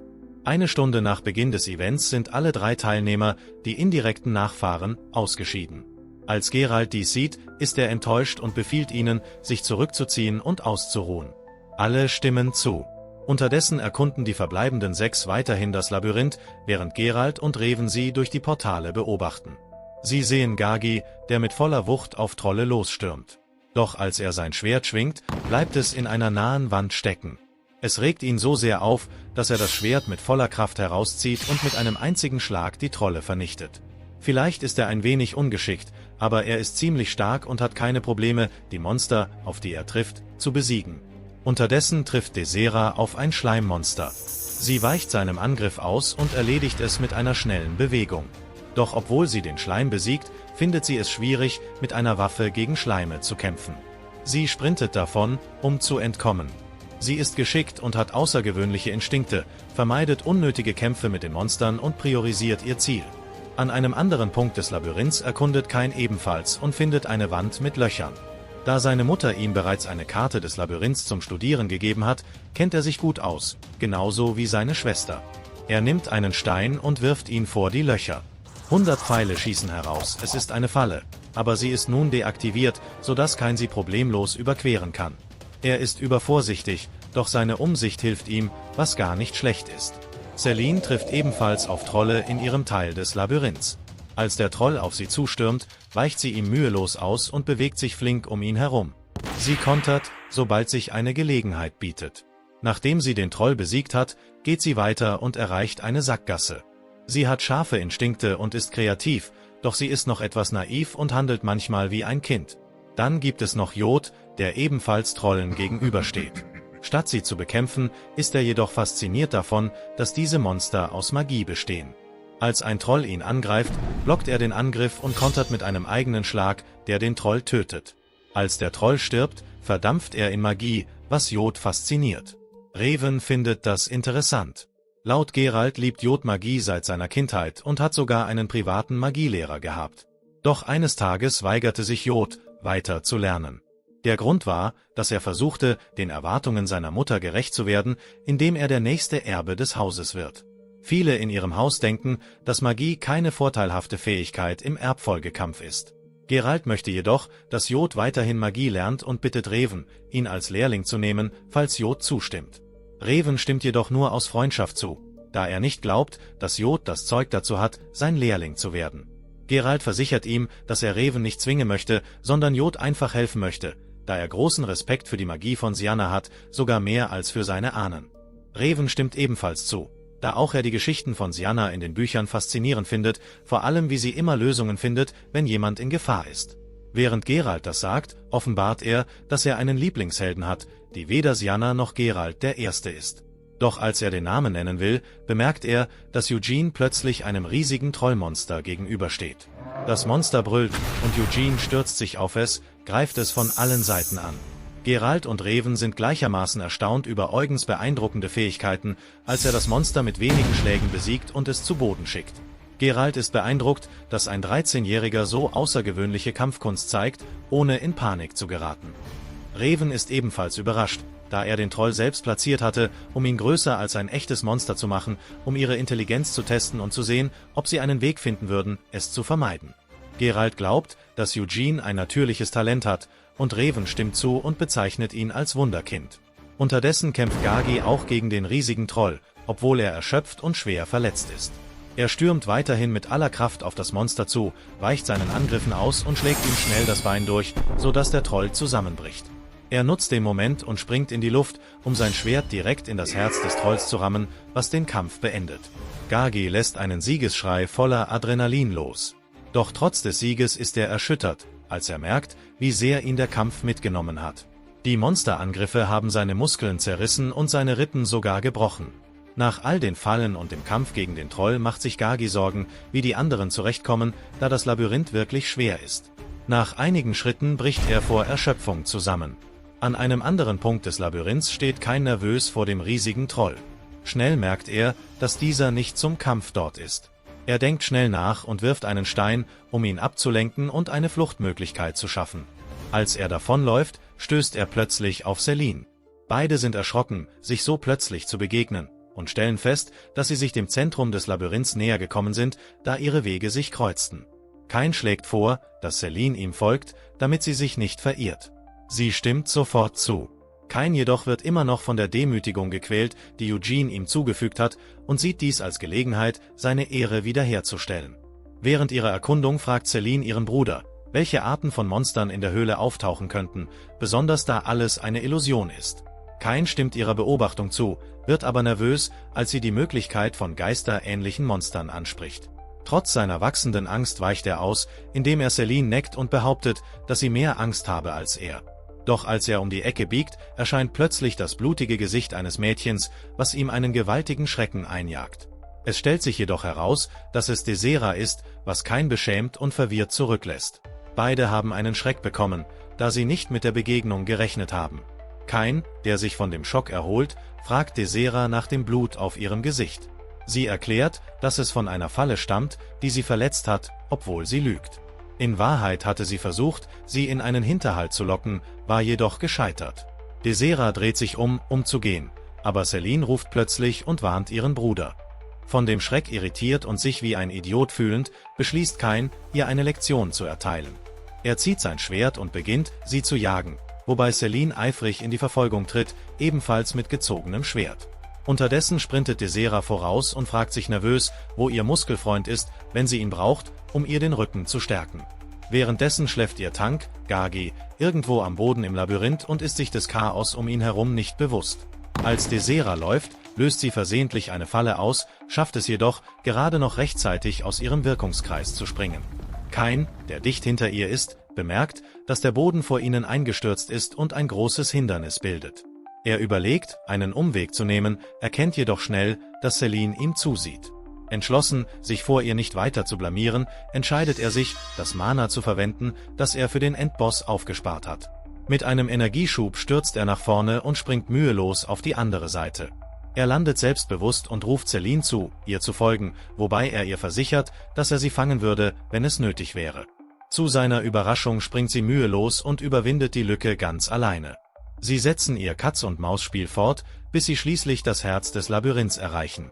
Eugene ist ebenfalls anwesend und ruft ihnen zu, sich zu zeigen. Er hatte darauf gewartet, dass sie ankommen, um zu sehen, wer zuerst das Zentrum erreicht. Als Desera Eugene hört, spekuliert sie, dass er, weil er gewartet hat, ihr Angebot angenommen hat, gemeinsam gegen das Hauptmonster zu kämpfen. Doch Eugene hat keine solche Absicht. Er will ihnen lediglich allen die Chance geben, das Monster zu bekämpfen, bevor er es selbst tut. Zuversichtlich in seine Fähigkeiten glaubt Eugene, dass er das Monster in nur wenigen Sekunden besiegen kann, und dass es unfair wäre, dies alleine zu tun. Kain findet Eugenes Arroganz ärgerlich, beschließt jedoch, es zu ignorieren. Eugene enthüllt allen, dass das Hauptmonster eine spezifische Auslöseschwelle hat. Er schlägt vor, dass sie das Monster in der Reihenfolge angreifen, in der sie angekommen sind, Desera zuerst, dann Kain und schließlich Selene. Als Desera hört, dass sie als Erste dran ist, wird sie ängstlich. Eugene schlägt vor, dass sie aufgibt, da sie ziemlich verletzt aussieht. Doch Desera ist nicht jemand, der aufgibt. Sie bereitet sich vor und nähert sich dem Hauptmonster mit ihrem Speer. Unterdessen fragt Kain Eugene, ob er kämpfen wird, worauf Eugene antwortet, dass er es tun wird, aber erst nachdem alle anderen ihre Möglichkeit hatten. Kain jedoch ist zuversichtlich, dass er das Monster vor seinem Zug besiegen wird. Eugene macht ihm daraufhin ein Angebot. Wenn Kain es schafft, das Hauptmonster zu besiegen, wird er ihn Mein Heer nennen. Dieser Vorschlag erregt Kains Aufregung, doch als er das riesige Monster sieht, wird er ein wenig nervös. Das Monster ist größer als der Troll, dem er zuvor begegnet ist, auch wenn es nicht so aggressiv aussieht. Das gibt Kain jedoch Zuversicht, dass er es alleine besiegen könnte. Für Desera glaubt er jedoch, dass es eine Herausforderung sein könnte. Sie geht langsam auf das Monster zu, was ausreicht, um es zu erwecken. Als sie vor ihm steht, fühlt sie sich nervös, da sie realisiert, wie riesig es ist, aber sie kann nicht zurückweichen, nachdem sie so weit gekommen ist. Mit Entschlossenheit stürmt sie auf das Hauptmonster zu, wird jedoch von einem massiven Handangriff gestoppt. Sie weicht ihm knapp aus und kontert mit einem Gegenangriff, doch zu ihrer Überraschung dringt ihr Speer nicht in das zähe Fell des Monsters ein. Während sie dies verarbeitet, ergreift die andere Hand des Monsters sie und wirft sie fort. Sie stürzt auf die anderen zu, woraufhin Celine Eugene fragt, warum das Monster sie nicht mehr angegriffen hat, sondern nur weggeworfen hat. Eugene erklärt, dass es daran liegt, dass das Hauptmonster nicht real ist, und als es sie ergriff, entschied es sich, sie wegzuwerfen. Nun ist Kain dran. Er geht mit Zuversicht auf das Monster zu und ist überzeugt, Eugene die wahre Blutkraft der Hauptfamilie zu zeigen. Eugene jedoch lacht, weil er weiß, dass es alles Unsinn ist. Kain ist dadurch empört. In seinem Zorn kanalisiert Kain sein Mana in sein Schwert. Desera ist schockiert, als sie bemerkt, dass er Klingenenergie verwendet, was mindestens 10 Jahre Mana-Training erfordert, und diese Energie es dem Schwert ermöglicht, alles zu zerschneiden. Das lässt sie erkennen, dass die Kluft zwischen ihnen und der Hauptfamilie vielleicht zu groß ist. Eugene ist auch ein wenig beeindruckt von Kains Fähigkeiten, aber Kain weiß, dass er diese Energie nicht lange aufrechterhalten kann. Dennoch ist er zuversichtlich, dass er das Monster zerschneiden kann. Während er darüber nachdenkt, verschwindet seine Klingenenergie. Alle sind schockiert, aber Eugene erinnert sich an Geralts Worte, dass das Ereignis fair bleiben sollte. Er denkt, dass Reven das Labyrinth verwendet haben könnte, um zu verhindern, dass jemand Magie im Zentrum einsetzt. Kain wird nervös, da er seine Klingenenergie nicht mehr einsetzen kann, obwohl er noch genug Mana hat. Mit einem bösartigen Lächeln verspottet Eugene ihn und sagt ihm, er solle zurückkommen, wenn er denkt, dass er verlieren wird, oder er wird vom Monster besiegt werden. Kain denkt einen Moment nach, doch Celines Vertrauen in ihn drängt ihn trotzdem zum Hauptmonster. Als das Monster gerade dabei ist, ihn zu ergreifen, schlägt Kain mit seinem Schwert zu und hinterlässt einen kleinen Schnitt an seinem Arm. Doch er weiß, dass es nur ein leichter Kratzer ist und realisiert, dass er es so nicht besiegen kann. Er beschließt, auf die Beine zu zielen. Nachdem er dem nächsten Angriff des Monsters ausgewichen ist, springt er auf seine Hufe, aber als er zuschlägt, wird sein Angriff von dessen Knie blockiert. Völlig überrascht zögert Kain einen Moment, und in diesem Moment ergreift das Monster ihn und wirft ihn fort. Er landet sicher auf seinen Füßen, aber er ist nun außerhalb des Kreises und somit effektiv disqualifiziert. Als nächstes ist Celine dran. Nachdem sie die vorherigen Kämpfe beobachtet hat, zögert sie, da sie weiß, dass sie in diesem Bereich keine Klingenenergie einsetzen kann. Sie entscheidet sich, nicht unüberlegt zu handeln und zeigt mehr Intelligenz als ihr Bruder. Unterdessen hebt Eugene ruhig seine Waffen und geht auf das Monster zu. Celine fragt nervös, ob er wirklich glaubt, dass er gegen es gewinnen kann. Doch Eugene antwortet mit unerschütterlichem Selbstvertrauen und erklärt, dass Verlieren keine Option sei. Er tritt in den Kreis, während die gigantische Bestie eine massive Faust auf ihn niedersausen lässt. Eugene weicht geschickt zur Seite aus, um zu kontern. Er sprintet den Arm des Monsters hinauf, während das Monster versucht, ihn mit der anderen Hand zu packen. Eugene blockt den Schlag, was die Bestie nur noch mehr verärgert. Den Moment nutzend, klettert er auf das Gesicht des Monsters, was dazu führt, dass es sich in einem wilden Versuch, ihn loszuwerden, selbst schlägt. Als die Bestie unter dem eigenen Schlag aufbrüllt, nutzt Eugene die Gelegenheit und schlitzt mit schnellen Hieben über ihr Gesicht. Desera beobachtet schockiert, wie präzise Eugene vorgeht, er zielt genau auf die Hauptarterie, um einen kritischen Treffer zu landen. Währenddessen springt Eugene in die Luft und rammt sein Schwert in den Hals des Monsters, wodurch die gigantische Bestie besiegt zu Boden stürzt. Dann geht er gelassen auf Kain zu und verkündet arrogant, dass er das Monster erledigt habe. Kain beginnt sofort zu streiten und behauptet, er habe nur verloren, weil er seine Blutklingenenergie nicht einsetzen konnte. Doch tief in seinem Inneren weiß er, dass selbst mit dieser Fähigkeit seine Schläge niemals die gleiche Präzision und Meisterschaft wie Eugene es Angriffe erreicht hätten. Als das Monster besiegt ist, löst sich die gesamte Umgebung in Magie auf, das Zeichen für das Ende der Prüfung. Geralt, der das Geschehen von oben beobachtet, ist erstaunt. Obwohl Eugene nie in der Kontrolle von Mana ausgebildet wurde, hat er den Endgegner mit außergewöhnlicher Präzision und Geschick besiegt, was alle sprachlos zurücklässt. Reven hingegen ist beunruhigt. Der Endgegner war speziell darauf ausgelegt, durch Teamarbeit und strategisches Geschick besiegt zu werden, und doch hat Eugene ihn allein bezwungen. Geralt enthüllt, dass er Eugene in einem abgelegenen Dorf gefunden hat, wo dieser sich unermüdlich wie ein Krieger trainierte. Eugene wurde mit einem angeborenen Kampfinstinkt und außergewöhnlicher Stärke geboren. Doch anstatt Begeisterung fühlt Reven Unbehagen.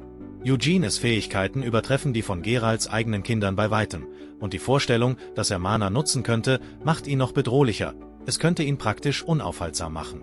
Während Geralt nichts Besorgniserregendes darin sieht, ist Reven tief besorgt über Eugenes Ambitionen, insbesondere über dessen offensichtlichen Wunsch, das Oberhaupt des Hauses zu werden. Geralt hingegen hat kein Problem damit. Er ist der Meinung, dass nur der Beste das Oberhaupt werden sollte. Und wenn seine eigenen Kinder der Herausforderung nicht gewachsen sind, sieht er keinen Grund, den Titel jemandem anzuvertrauen, der dem Namen der Familie nicht gerecht werden kann. Reven entschuldigt sich für seine Worte und zieht mit einer Fingerbewegung seine gesamte Magie zurück. Dann macht er einen unerwarteten Vorschlag. Geralt sollte Eugene adoptieren. Geralt ist schockiert. Eugenes Aufnahme in die Hauptfamilie könnte dazu führen, dass andere Verwandte auf ihn herabsehen oder sich rivalisierende Fraktionen bilden. Dennoch ist der Vorschlag zweifellos verlockend. Doch als die Kinder näher kommen, schiebt er die Entscheidung vorerst beiseite. Als alle vor Geralt in einer Reihe stehen, mustert er sie mit ernstem Blick. Zuerst richtet er seine Aufmerksamkeit auf Jod, der es nicht einmal bis zum Zentrum des Labyrinths geschafft hatte, da ihn magische Fallen und Monster abgelenkt hatten. Er spürt eine leichte Enttäuschung. Jods Neugier hat ihn von seinem Ziel abgehalten. Kain und Selene hingegen erreichten das Zentrum des Labyrinths ohne große Schwierigkeiten, doch sie waren nicht in der Lage, den Endboss zu besiegen. Geralt erkennt, dass sie noch etwas mehr Training und Verfeinerung benötigen.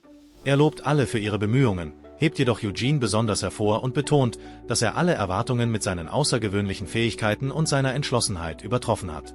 Besonders beeindruckt ihn, dass Eugene dem Troll direkt gegenüberstand, ohne auch nur eine einzige Verletzung davonzutragen. Als Gagi erfährt, dass Eugene keinen einzigen Kratzer abbekommen hat, ist er schockiert. Er kann nicht glauben, dass jemand mit so einer schlanken Statur gegen ein so massives Monster gekämpft hat. Gagi bedauert es fast, dass Eugene nicht die Steroide seiner Familie genommen hat, er wäre dann noch stärker gewesen. Auch Reven ist beeindruckt. Er hatte erwartet, dass die Gruppe viel länger brauchen würde, um das Labyrinth zu absolvieren. Doch sie waren schneller als gedacht, eine wahrlich würdige Leistung für Nachfahren eines Heldens.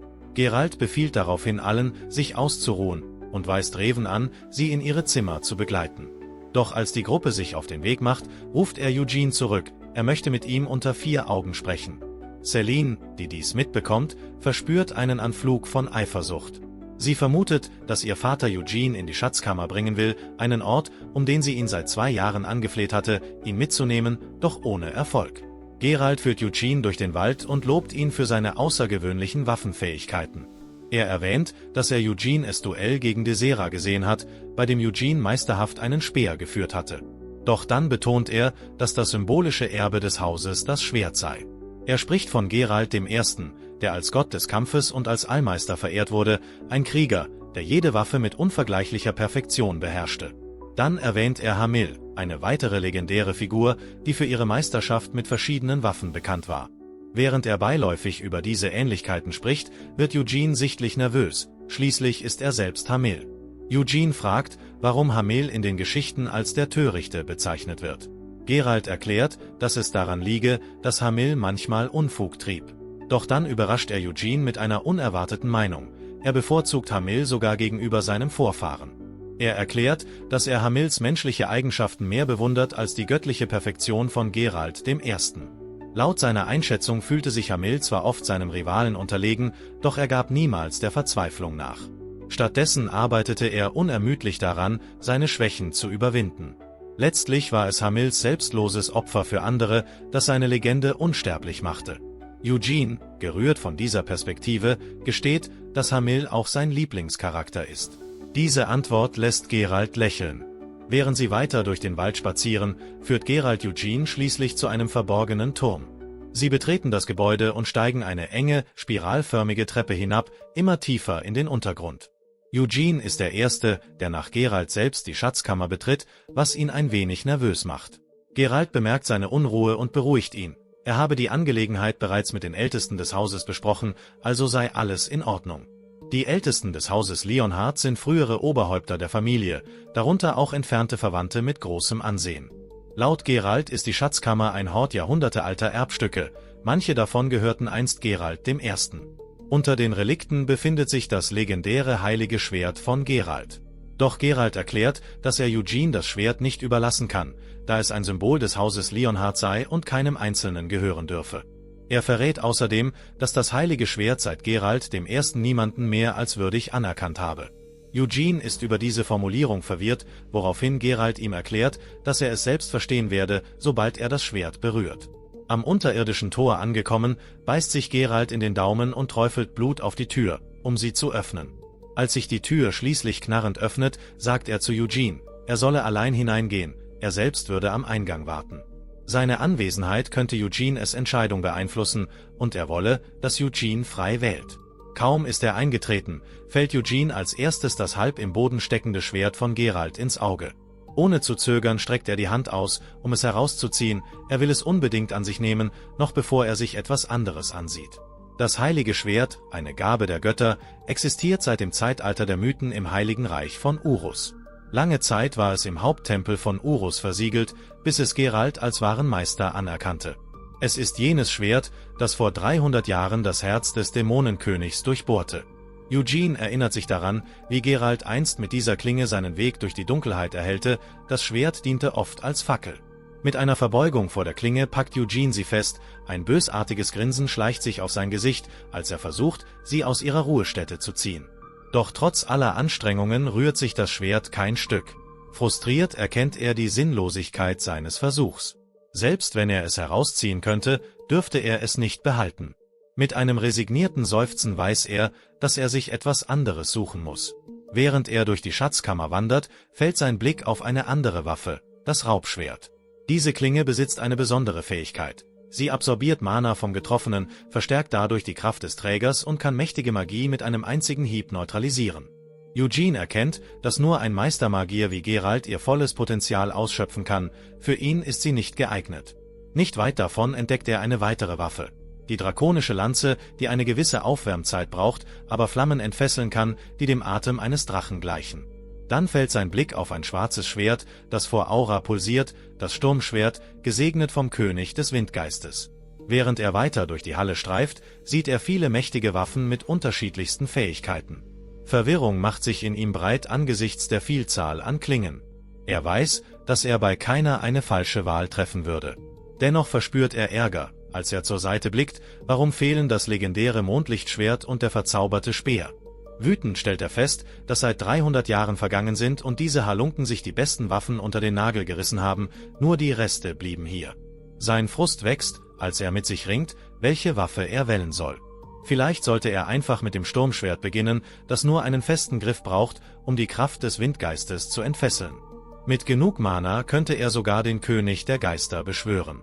Doch dann wird ihm klar, dass Beschwörungsmagie kein Kinderspiel ist. Selbst die größten Magier scheitern, wenn ihnen die nötigen Eigenschaften fehlen. Ohne sie lässt sich nicht einmal der schwächste Geist rufen. Dennoch denkt Eugene, dass er sich mit dem Sturmschwert zumindest keine Gedanken über Beschwörungsmagie machen müsste. Er wendet sich mit Unzufriedenheit ab und beschließt, sich noch weiter umzusehen. Unter einem Regal bemerkt er verschiedene Accessoires, die seine Aufmerksamkeit auf sich ziehen. Neben Waffen findet er auch eine Reihe kostbarer Edelsteine und Schmuckstücke. Plötzlich weiten sich seine Augen. Voller Aufregung greift er nach einem Amulett und ist schockiert, als er es genauer ansieht. Es ist dasselbe Amulett, das er in seinem früheren Leben getragen hat. Er erinnert sich an den Moment, als er das Monster erschlug. Das Amulett war ein Andenken seiner Eltern, die von eben jenem Monster getötet wurden. Auch wenn er längst Rache geübt hat, sind die Erinnerungen geblieben. Bis zu seinem Tod trug er dieses Amulett. Nun, da er es wieder in den Händen hält, fragt er sich, wie es hierher gelangt ist. Hat Geralt es von seiner Leiche genommen? Mit einem Seufzen akzeptiert er den Gedanken. Seine Gedanken schweifen zum Dämonenkönig, er erinnert sich an den Frieden, der durch das Abkommen zustande kam, das Geralt mit dem Dämonenkönig der Inhaftung schloss. Und doch leben Helmut und die beiden anderen Dämonenkönige noch immer, eine andauernde Bedrohung. Mit seinen Gefährten hatte Eugene einst geschworen, die 5 Dämonenkönige gemeinsam zu besiegen. Doch nach seinem Tod legte man sein Erbstück einfach in einem Raum wie diesem ab und hielt den Schwur nicht ein. Eugene ist verwirrt, besonders über Geralts Verhalten. Er kann das Gefühl nicht abschütteln, dass ohne seine Hilfe der Sieg vielleicht nicht möglich gewesen wäre. Er gibt Geralt oder den anderen nicht die Schuld, er versteht, dass sie sicher ihre Gründe hatten, die Dämonenkönige zu verschonen.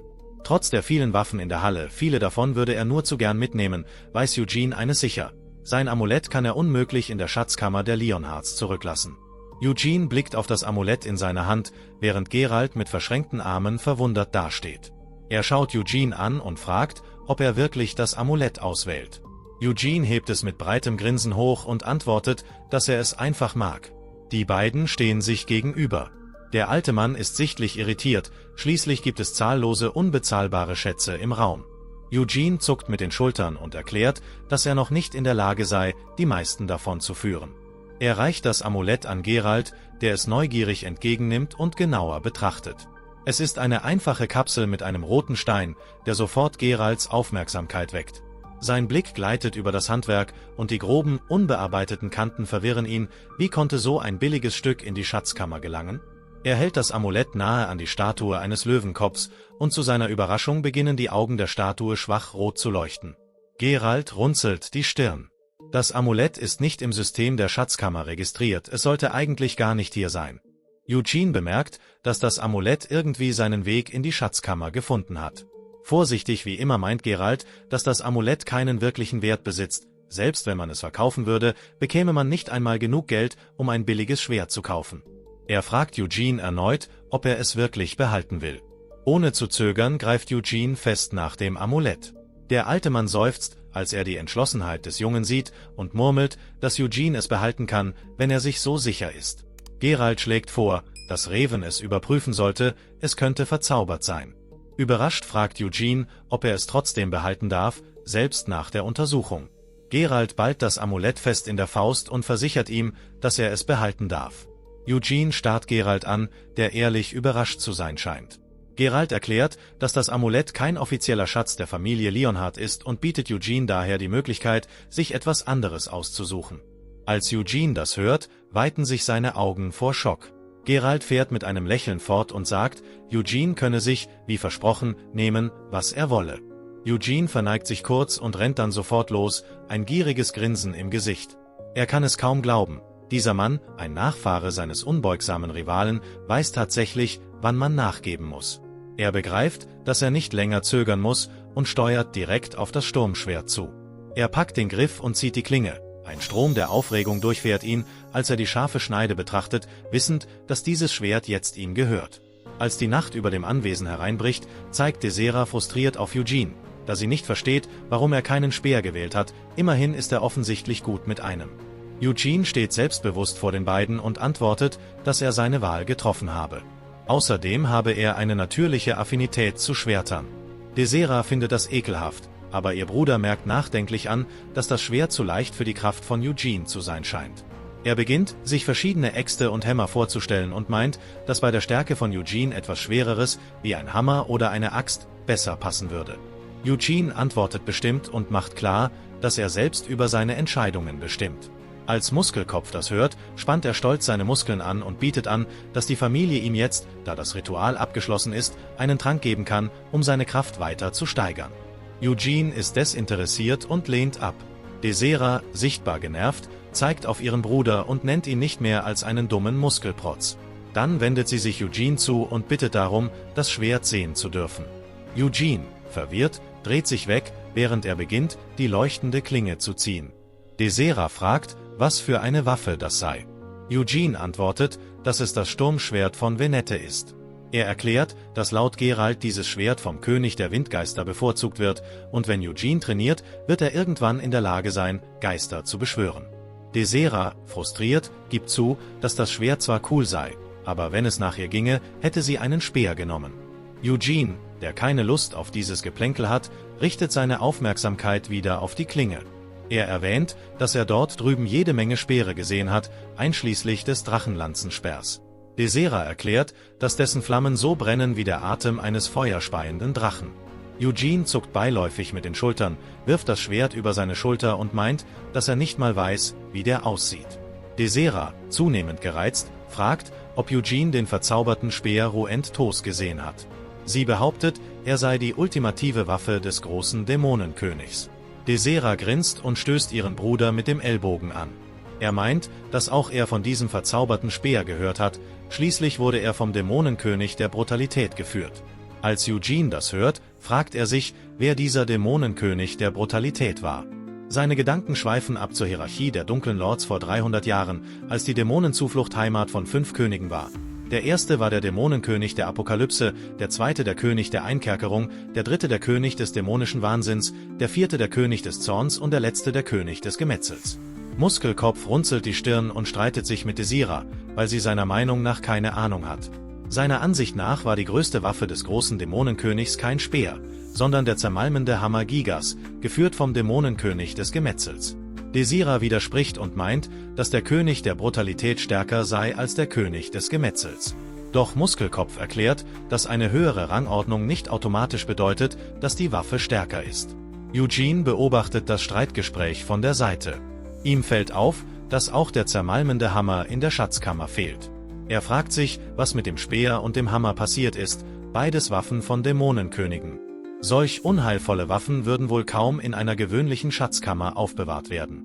Wahrscheinlich sind sie irgendwo versiegelt. Desera, weiterhin frustriert, beharrt darauf, dass der verzauberte Speer die stärkere Waffe sei. Ihr Bruder bleibt bei seiner Überzeugung, dass der zermalmende Hammer überlegen ist. Eugene findet diesen Streit ziemlich kindisch und wendet sich von den streitenden Geschwistern ab. Während er sich entfernt, denkt er über die Waffen nach. Sowohl der verzauberte Speer als auch der zerschmetternde Hammer sind ohne Zweifel mächtig. Doch wenn es um Geralt Leonhards wahre stärkste Waffe geht, gibt es keinen Raum für Diskussionen, es ist das Sturmschwert. Dieses Schwert wurde sogar in der Dämonenstadt geführt, seine zerstörerische Kraft ist so gewaltig, dass es die Dämonenkönige der Brutalität und des Gemetzels erschlagen hat. Eugene, der das Sturmschwert nun zum ersten Mal in den Händen hält, ist voller Aufregung. Als er sein Gewicht spürt, beginnt er es mit schnellen Bewegungen und perfekter Haltung zu schwingen. Seine Schwertform ist atemberaubend, so sehr, dass die Geschwister schockiert zusehen. Im Büro des Familienoberhaupts sind Geralt und Reven anwesend. Reven untersucht eine Halskette und prüft sie auf magische Verzauberungen. Nach der Analyse stellt er fest, dass keine Magie vorhanden ist, sie ist völlig normal. Das lässt den Magier grübeln, warum so ein simples Objekt überhaupt in der Schatzkammer war. Reven ist überrascht, dass Eugene sich ausgerechnet dieses Schmuckstück ausgesucht hat, doch Geralt bestätigt, dass es tatsächlich seine Wahl war. Noch neugieriger bittet Reven den König um Erlaubnis, die Kette genauer zu untersuchen, mit einer Art Magie, die die in Mana gespeicherten Erinnerungen auslesen kann. Mana existiert schließlich überall, selbst in leblosen Objekten, und trägt Erinnerungen vergangener Berührungen und Momente in sich. Reven plant, diese Erinnerungen anzuzapfen, und Geralt erlaubt es ihm.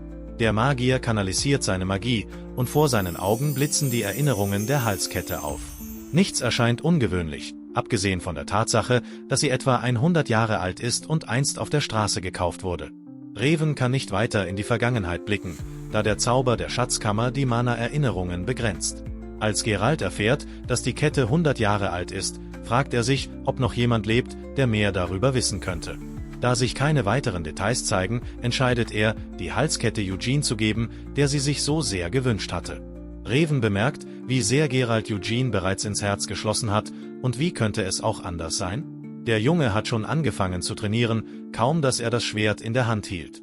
Während er Eugenes Fortschritt beobachtet, verrät Geralt dem Magier, dass er plant, Eugene als seinen Sohn zu adoptieren, genau wie Reven es einst vorgeschlagen hatte.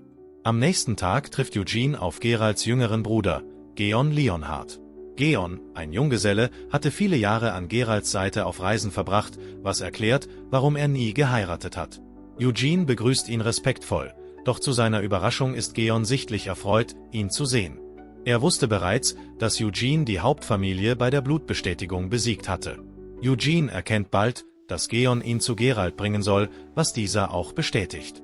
Geon habe so viel von ihm gehört, ihn aber nie persönlich erleben dürfen, da traditionell nur das Familienoberhaupt das Ritual beobachten darf. Zwar war auch Reven anwesend, doch nur in unterstützender Funktion, nicht als Oberhaupt. Geon versichert Eugene schnell, dass er seinem Bruder deswegen nichts nachträgt. Er scheint mit den Regeln der Familie sowieso nicht einverstanden zu sein. Eugene hingegen bleibt gleichgültig. Während sie gemeinsam spazieren, empfindet Eugene Geon als charmant und freiheitsliebend. Neugierig fragt er sich, warum Geralt ihn wirklich sprechen will. Doch Geon kann nur spekulieren, selbst er weiß es nicht. Er zuckt nur mit den Schultern und meint, es gehe ihn nichts an. Sie erreichen Geralts Büro. Geon verabschiedet sich, Eugene klopft an die Tür und erhält die Erlaubnis einzutreten. Geon öffnet sie für ihn, wirft ihm dabei ein verspieltes Zwinkern zu, was Eugene etwas übertrieben vorkommt. Drinnen wartet Geralt bereits und bittet Eugene, sich zu setzen. Bei einer Tasse Tee informiert er ihn, dass die Halskette untersucht wurde, sie sei ganz gewöhnlich. Der Magier hatte die Mana-Erinnerungsmagie benutzt, aber nichts Auffälliges entdeckt. Eugene ist überrascht, denn Sienna hatte diese Magie oft in seinem früheren Leben eingesetzt. Ein Gefühl von Nervosität steigt in ihm auf. Er fragt, was die Magie genau gezeigt habe. Geralt erzählt, dass die Halskette etwa 100 Jahre alt sei und auf der Straße gekauft wurde. Eugene jedoch erinnert sich daran, dass er exakt diese Halskette vor 300 Jahren getragen hatte und sie über Jahrzehnte hinweg besaß. Er zweifelt kurz, ob der Zauber falsch angewandt wurde, aber er weiß, dass Reven nicht lügt. Vielleicht hat die Magie sich geirrt? Doch Eugene weiß auch, dass ein Meisterzauberer keinen Fehler macht. Könnte Geralt Leonhardt selbst dahinter stecken? In Gedanken versunken, sagt Eugene nichts, während Geralt ihn schweigend beobachtet. Doch plötzlich wird Eugene aufgeregt. Da der Test keine Magie gefunden hat, darf er die Kette behalten. Geralt bestätigt es mit einem Lächeln, und Eugene legt sie sich überglücklich um den Hals. Gerade als er sich bedanken will, räuspert sich Geralt und sagt, dass er Eugene eigentlich aus einem anderen Grund zu sich gerufen hat. Die Spannung steigt, als Geralt zögert, nach Worten suchend. Eugene vermutet plötzlich, dass Geralt ihn mit seiner Tochter verheiraten will. Alles scheint sich in seinem Kopf zu fügen. Celines Annäherungen, Geralts plötzliches Interesse. War alles ein Plan, ihn in die Familie einzuheiraten? Verunsichert beginnt Eugene zu stammeln. Er erklärt nervös, dass er dafür noch zu jung sei und die Erlaubnis seines Vaters bräuchte. Doch bevor er weitersprechen kann, unterbricht ihn Geralt und stellt klar, dass er sich irrt. Eugene ist sprachlos und knallrot vor Scham, weil er sich so etwas eingebildet hat. In Gedanken hatte er gerade fast ein 13-jähriges Mädchen geheiratet. Um den peinlichen Moment nicht zu vertiefen, wechselt Geralt das Thema und offenbart, warum er Eugene wirklich herbestellt hat, er möchte ihn adoptieren. Diese Offenbarung erschüttert Eugene zutiefst. Doch schnell erkennt er, dass es sich um einen strategischen Schachzug handeln könnte, um ihn stärker an die Hauptfamilie zu binden. Eugene erklärt, dass der Vorschlag ihn überrascht, doch Geralt lacht nur und meint, das sei kaum unerwarteter als eine Hochzeit. Er geht sogar so weit, Eugenes Vater ebenfalls in die Familie aufnehmen zu wollen.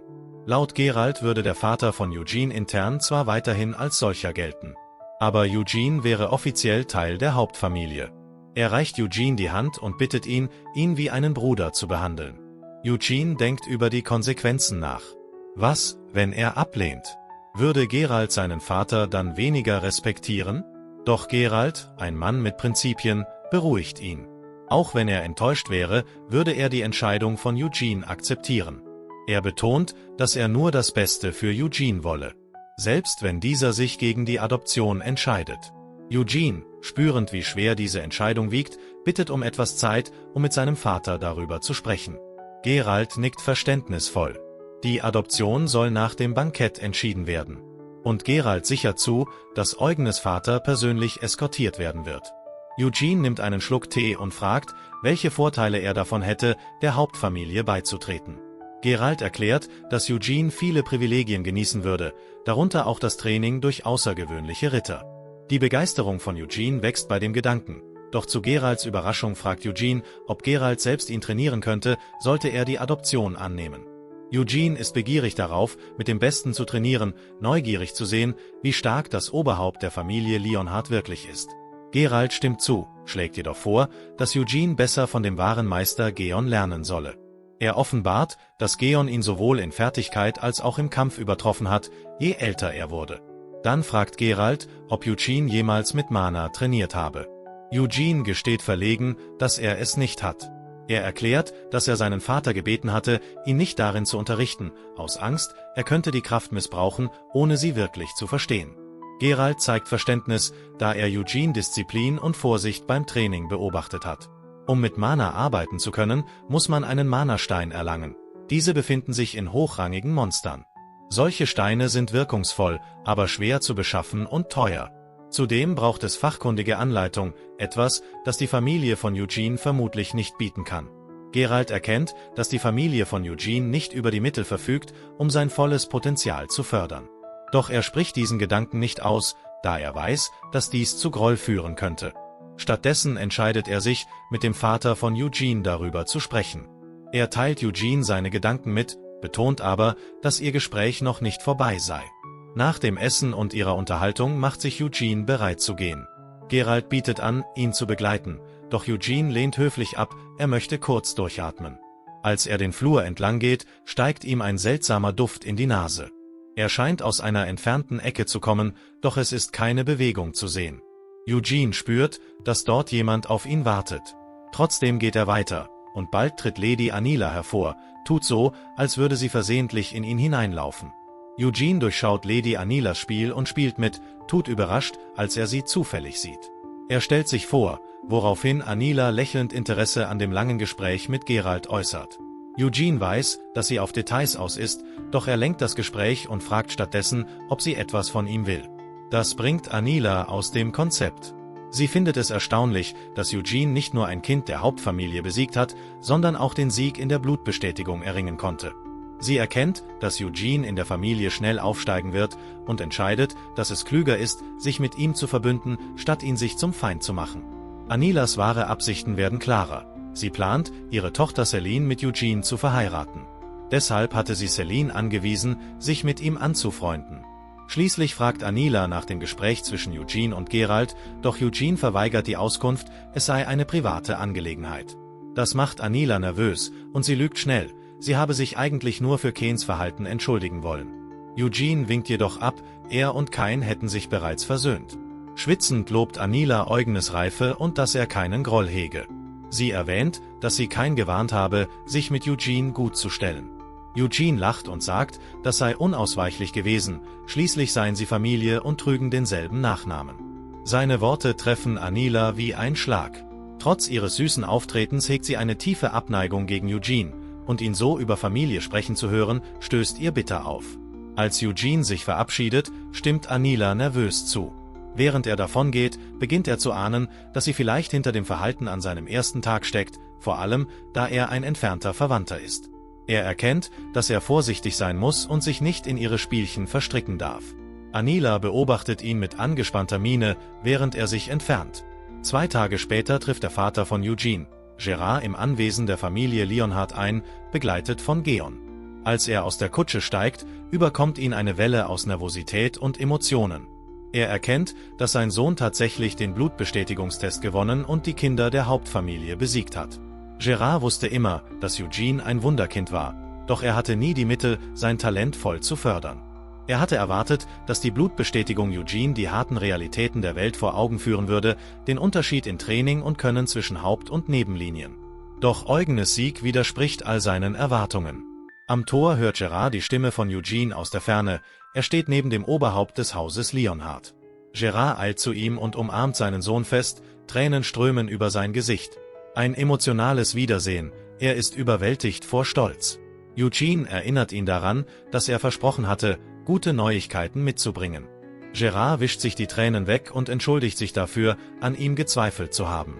Dabei bemerkt er Geralt, der das Wiedersehen beobachtet.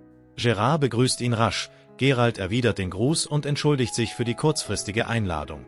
Gerard jedoch bedankt sich aufrichtig dafür. Dann bittet er um ein privates Gespräch, sie begeben sich in ein Büro. Dort offenbart Geralt seine Entscheidung, Eugene adoptieren zu wollen, was Gerard schockiert. Geralt versichert ihm, dass er, sollte er zustimmen, auch Gerard in die Hauptfamilie aufnehmen würde. Doch anstatt sich zu freuen, wächst Gerards Sorge. Er spricht offen über seine Bedenken gegenüber der Zukunft von Eugene. Er fürchtet, dass die Hauptfamilie Eugene verfolgen könnte, besonders da Geralt bereits 3 Kinder hat. Er hat Angst, dass Eugene niemals als einer der ihren akzeptiert wird. Geralt versteht diese Sorge und beruhigt ihn. In der Hauptfamilie wird großer Wert auf direkte Blutlinie gelegt. Das bedeutet, Eugene käme niemals für die Nachfolge als Oberhaupt in Frage, selbst wenn er adoptiert würde, da er ein entfernter Verwandter ist. Er erklärt weiter, dass Eugene, solange er nicht zu ehrgeizig wird, Privilegien ähnlich denen der königlichen Familie genießen könnte und enge Bindungen zu seinen Kindern aufbauen könne. Gerard versteht es, besteht jedoch darauf, die Angelegenheit zuerst mit Eugene zu besprechen. Währenddessen trainiert Eugene wie gewohnt, er schwingt sein Sturmschwert mit Präzision. Beim Üben bemerkt er, dass sein Vater in der Nähe steht und bedrückt wirkt. Eugene spürt, dass die Besorgnis mit den Neuigkeiten über die Adoption zusammenhängen könnte und fragt seinen Vater danach. Noch bevor Gerard antworten kann, fällt sein Blick auf das Sturmschwert in seinen Händen und mit einem mulmigen Gefühl erkennt er, dass er selbst mit all seinem Geld niemals in der Lage gewesen wäre, seinem Sohn solch eine Waffe zu kaufen. Er blickt weg und sagt Eugene, dass er möchte, dass er die Adoption durch Geralt akzeptiert, er glaubt, das wäre das Beste für seine Zukunft. Gleichzeitig warnt er Eugene, dass er mit Widerstand rechnen müsse, sollte er zustimmen. Doch Eugene bleibt zuversichtlich und versichert seinem Vater, dass ihm niemand im Weg stehen wird. Gerard, überwältigt von Emotionen, umarmt Eugene und erinnert ihn daran, niemals ihren Familiennamen zu vergessen, selbst wenn er adoptiert wird. Eugene beruhigt ihn, sein Vater werde für ihn immer der wahre Vater bleiben. Die Aufrichtigkeit in den Worten bricht Gerard das Herz, Tränen laufen ihm über das Gesicht. Eugene erkennt nun endgültig, dass die Adoption Wirklichkeit wird. Auch wenn er nicht begeistert ist, sieht er die Vorteile darin. Er hat keine Ambitionen, das Familienoberhaupt zu werden, er weiß, dass die Familie ohnehin nicht an ihn glauben würde. Doch er ist bereit, das alles zu ertragen. Ihm ist klar, dass Geralts 2 Ehefrauen versuchen werden, ihn unter Kontrolle zu halten. Doch Eugene ist zuversichtlich, dass er mit ihnen fertig wird. Seine erste Option ist es, sie zu ignorieren. Falls das nicht klappt, hat er immer noch das Sturmschwert. Geralt lädt alle Familien der Kinder, die am Blutbestätigungsritual teilgenommen haben, zu einem großen Bankett ein. Die Veranstaltung dient weniger dazu, über die Schande der Hauptfamilie zu trauern, sondern vielmehr dem Sieg eines Seitenzweigs zu feiern. Die Gäste mischen sich, gratulieren einander, einige treten an Gerard heran und beglückwünschen ihn dafür, nun Teil der Hauptfamilie zu sein. Der Vater von Gagi bietet ihm sogar ihre Muskelwachstumsroids an. Eugene beobachtet die lebhafte Szene aus der Ferne und beschließt, sich nicht unter sie zu mischen. Er weiß, dass er mit einem Auftritt im Rampenlicht eine Flut aus Aufmerksamkeit auf sich ziehen würde, und genau das will er vermeiden. Unterdessen stehen Kain mit seiner Mutter in einer Ecke des Saals. Kain wirkt nervös und beschämt.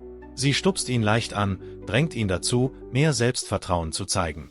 Sie sagt ihm, dass die Leute ihn ab jetzt mit Eugene vergleichen werden. Sie werden sich nur an den verlorenen Zweikampf erinnern. Sie werden lachen und spotten, dass ein direkter Nachfahre der Hauptfamilie von einem Seitenzweigmitglied besiegt wurde. Kain senkt den Blick, die Last ihrer Worte beschämt ihn nur noch mehr. Seine Mutter beugt sich näher zu ihm und sagt, dass diese Schande etwas sei, das er tragen müsse, aber er dürfe sich davon nicht entmutigen lassen. Selbst wenn sie lachen und kritisieren, er soll nicht vergessen, dass er ihr Sohn ist, ein direkter Nachfahre der Familie. Und das kann ihm niemand nehmen. Kain nickt, noch immer nervös, aber er stimmt ihr zu. Sie lehnt sich zurück und fährt fort. Auch wenn Eugene vielleicht nicht das Familienoberhaupt wird, heißt das nicht, dass Kain sich entspannt zurücklehnen kann. Er müsse härter arbeiten, stärker werden, um selbst das Oberhaupt des Hauses Leonhard zu werden. Und vor allem, er müsse sich mit Eugene anfreunden. Kain fragt schockiert, ob das daran liegt, dass sie jetzt Geschwister seien.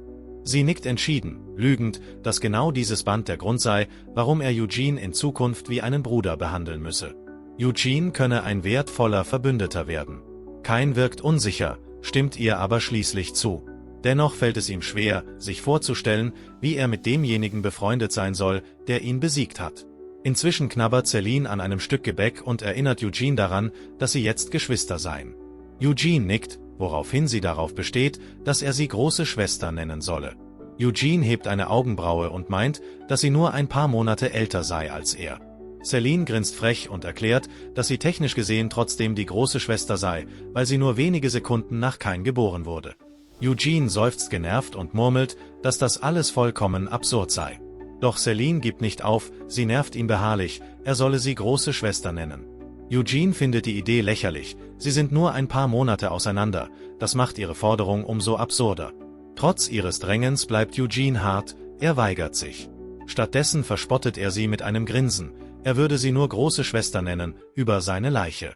Derweil, in Geralts Büro, spricht Reven über Jod und erklärt, dass er ihn nicht einfach so als seinen Schüler annehmen könne. Im Roten Magierturm liegt der Schwerpunkt auf Beschwörungsmagie, Jod müsse erst auf seine Eignung in diesem Bereich geprüft werden. Jods Stirn legt sich in Falten, er fragt, was passiert, wenn er tatsächlich Talent in Beschwörungsmagie zeigt. Reven antwortet, dass das zwar gute Nachrichten wären, aber Arod den Namen Leonhard trotzdem nicht anerkennen wird, außer Jods Talent sei so außergewöhnlich, dass er alle anderen angehenden Magier überstrahlt. Ohne das könne Reven ihn nicht als direkten Schüler annehmen. Diese Nachricht entmutigt Jod, doch er stimmt zu. Reven fügt hinzu, dass er als langjähriger Freund von Geralt dafür sorgen werde, dass Jod viele Möglichkeiten bekommt. Er wird vor Diskriminierung geschützt und in eine Umgebung gebracht, die seine magische Entwicklung am besten fördert. Zwar ist Jod ein wenig enttäuscht, aber innerlich wächst seine Vorfreude. Selbst wenn er kein direkter Schüler wird, die Aussicht, seiner einengenden Familie zu entkommen und in die Magie einzutauchen, begeistert ihn.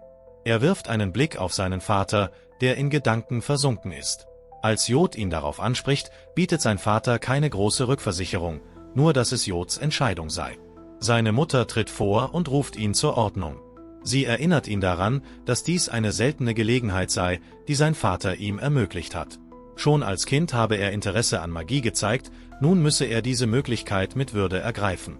Doch sie mahnt ihn auch, er dürfe nie vergessen, dass er ihr Sohn ist und der künftige Oberhaupt von Leonhard. Selbst in Arod dürfe er das niemals vergessen. Geralt hört ihr Geschrei und fordert sie scharf auf, sofort zu schweigen. Doch sie bleibt standhaft und erwidert scharf, dass sie lediglich ihren Sohn motiviere.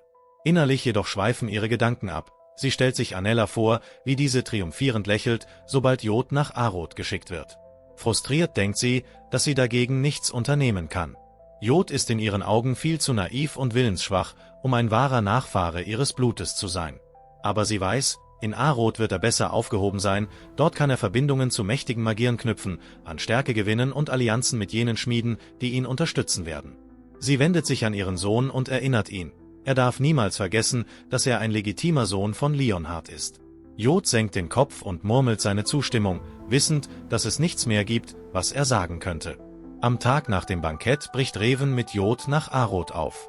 Nach und nach kehren auch die anderen Kinder der Seitenzweige in ihre jeweiligen Häuser zurück, das Anwesen wird still und leer.